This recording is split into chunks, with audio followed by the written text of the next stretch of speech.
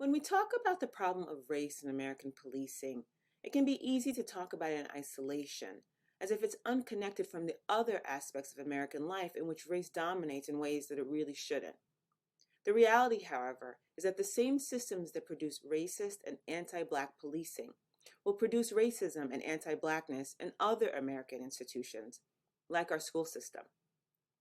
When we talk about race in the American school system, it's informed by the triumphal Brown v. Board of Education, in which the court declared segregated schools by race to be unconstitutional. And it's true that with some help from the federal government, by the early 1970s, American schools were integrating, and Southern schools in particular had the most integrated schools in all of the country. In 1974, however, in a case named Milliken v. Bradley, the court affirmed a distinction between intentional and unintentional segregation, holding that states really couldn't do much to address unintentional segregation. It didn't matter if that unintentional segregation was caused by white flights, white parents refusing to allow their children to be educated with Black students. It didn't matter if that flight was facilitated by state policies that made it easy for whites to escape integrating schools and regions, while trapping Blacks in increasingly isolated schools and communities. It did not even matter if there were no other ways to integrate American schools. That was the beginning of integration's end, and by some measures, American schools today are more segregated than they were at the time of the Brown v. Board decision.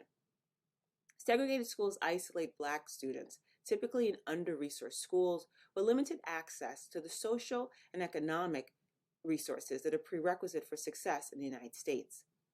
Segregated schools also isolate white children, and by virtue of being educated only with other white children in visibly better resource schools, white children learn that their monopoly on resources and public goods, goods like education or even good policing, are legitimate and normal, and these same dynamics feed anti-Black policing in the United States today. If you're concerned about anti-Black policing in the United States, you should also be concerned about anti-Black education in the United States. Here are 10 things I want you to know.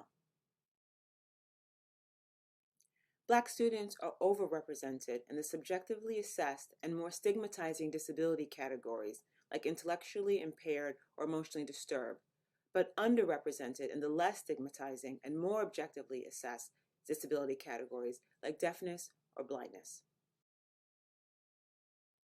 Black school children, even those as young as preschoolers, are overrepresented in school suspensions.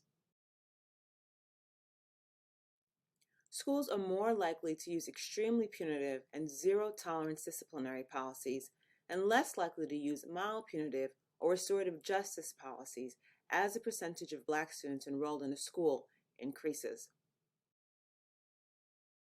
Black students are less likely to be assigned gifted services in math or reading, even after controlling for test scores, health, socioeconomic status, or school and classroom characteristics. A 2019 study found that non-white school districts received $23 billion less in funding than white school districts. White parents prefer white schools to non-white schools, even when other factors germane to school quality, like resources, test scores, or special programs, are equal. As much as 75% of the variation in the school choices of white parents can be explained by the percentage of Black students enrolled in the school. According to the National Center for Education Statistics, the number of segregated schools in the United States, defined as schools where less than 40% of students are white, doubled between 1996 and 2016, while students of color attending those schools rose from 59% to 66%. For Black students, that figure rose from 59% to 71%.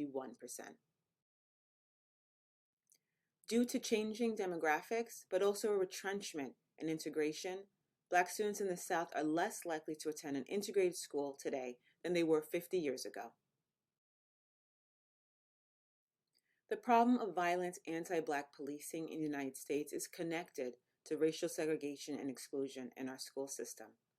Violent anti-Black policing is facilitated by housing and school segregation that teaches police officers and the communities to which they are accountable that the isolation, controlling, and subordination of Black people is legitimate.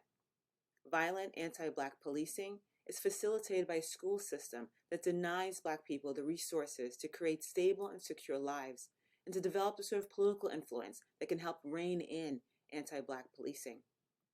Violent anti-Black policing in the United States is facilitated by school curricula that teach us that unintentional but no less discriminatory policies disadvantage, marginalize, and sometimes even kill Black people.